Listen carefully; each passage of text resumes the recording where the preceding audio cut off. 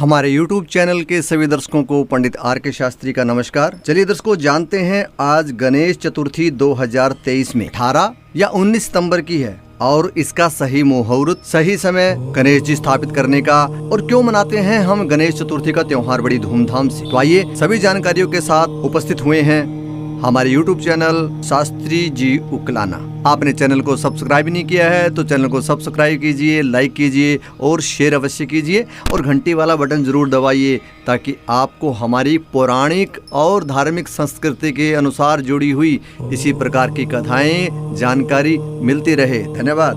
चलो आइए देर न करते हुए जानते हैं, वीडियो में पूरे लगातार बने रहिए ताकि आपको पूरी विस्तृत जानकारी मिले। दर्शकों, गणेश चतुर्थी में सबसे महत्वपूर्ण बात यह है कि जिस दिन गणेश जी को विराजमान करते हैं, स्थापित करते हैं, उनकी प्राण प्रतिष्ठा करते हैं, विसर्जन तक और चतुर्थी से लेकर अनंत चतुर्दशी तक इनका कार्यक्रम चलता है। 10 दिन लगातार हमारे हिंदू धर्मानुसार पूरे देश भर में गणेश जी को मनाते हैं, अपने घर पर साज सज्जा करते हैं और विशाल प्रोग्राम अपनी साज सज्जा के साथ में गणेश जी भगवान की आरती, पूजन और गुणगान होता है। आइए पूरी जानकारी देते हैं हम आपको इस वीडियो के अंदर, बने रहिए हमारे साथ। दर्शकों, कहते हैं कि गणेश जी का जन्म इसी दिन यानी उनका पुनर्जन्म हुआ था और 10 दिन के इस कार्यक्रम को अनंत चतुर्दशी तक हिंदू सनातनी इसे बड़ी धूमधाम से मनाते हैं। गणपति बप्पा की मिट्टी की मूर्तियां स्थापित करते हैं और उनका पूजन करते हैं और कथा होने के पश्चात उनको विसर्जन किया जाता है। सभी देवों के साथ इनकी पूजा होती है और 9वें दिन तो 9 पौधों की पूजा विशेष होती है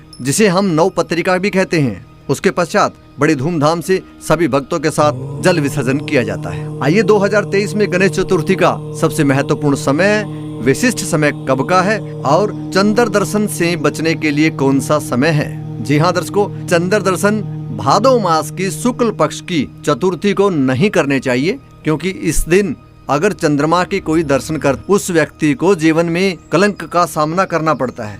इसलिए से हम कई लोग इसे कलंक की चतुर्थी भी कहते हैं और कहीं शिव चतुर्थी कहते हैं। आइए पहले जानते हैं गणेश चतुर्थी 2023 में 18 सितंबर दोपहर 12:39 से शुरू हो जाएगी और 19 सितंबर रात्रि 8:43 तक समय रहेगा। चंद्र दर्शन करने से बचें, जिसका समय रहेगा 19 सितंबर 9:45 सुबह से रात्रि 8:44 तक चंद्र दर्शन न करें। लेकिन गणेश चतुर्थी हम 19 सितंबर को गणेश जी को विराजमान करेंगे, उनकी स्थापना करेंगे और उनका पूजन प्रारंभ करेंगे, जिसका समय रहेगा 19 सितंबर 2023 मंगलवार को 11 बजे दिन से रात्रि 1:26 तक। जी हाँ, ये गणेश पूजा का समय रहेगा।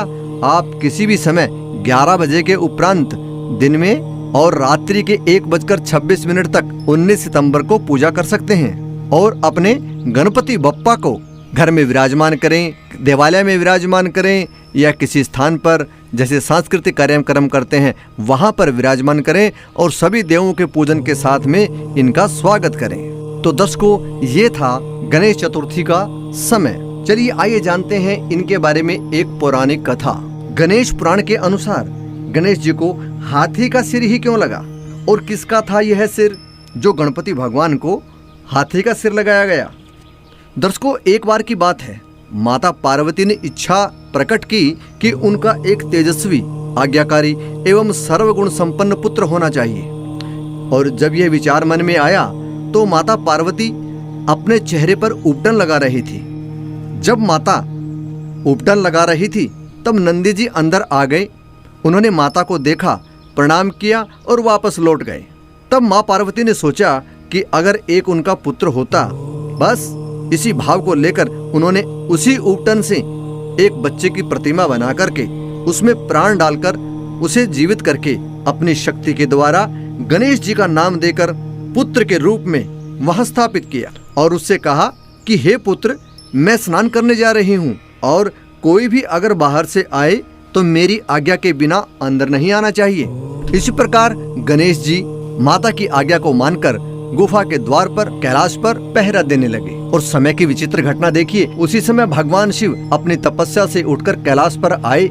जब वो अंदर जाने लगे तो गणेश जी ने अपने पुत्र का कर्तव्य पालन करते हुए और माता की आज्ञा को मान करके भगवान शिव जी को अंदर नहीं जाने दिया।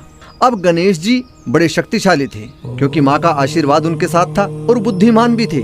क्रोध में आकर भगवान शिव और गणेश जी का युद्ध हुआ। यहाँ भगवान शिव ने अपना त्रिशूल चलाकर गणेश जी का सिर धड़ से अलग कर दिया। इस बात का पता जब माँ पार्वती को पता लगा तो वह आग बबूला हो गई और अपने पुत्र को जीवित करने के लिए कहा। सभी देव वहां इकट्ठे हो गए। माँ का क्रोध शांत करने के लिए भगवान शिव ने अपने गणों को आदेश दिया कि उत्तर दिशा में जो भी पहला सिर मिले उसे ले आओ। गणों ने भगवान शिव की आज्ञा का पालन किया और उधर चल पड़े, जहां उन्होंने देखा कि सबसे पहले ऐरावत हाथी जो इंद्रदेव के थे उन्हें मिला।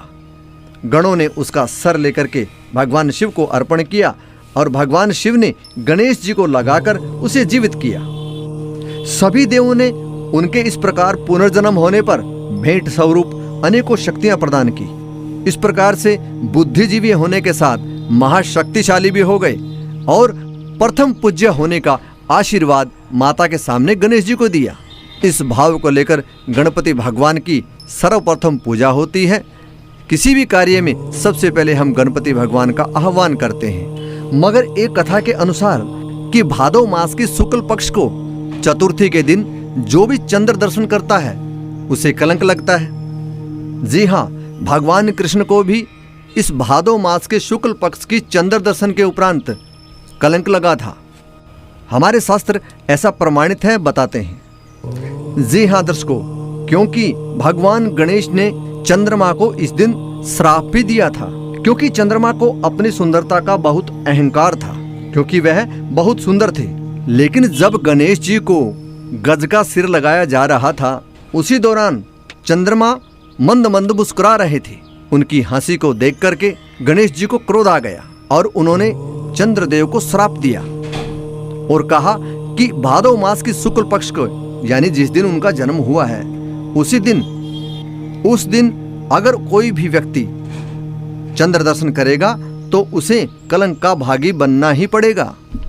और उसके अहंकार को तोड़ने के लिए चंद्रदेव से कहा कि तुम काले हो जाओ और शक्तिहीन भी हो जाओ। तब से चंद्रमा काले पड़ गए और अपनी शक्तिहीन हो गए।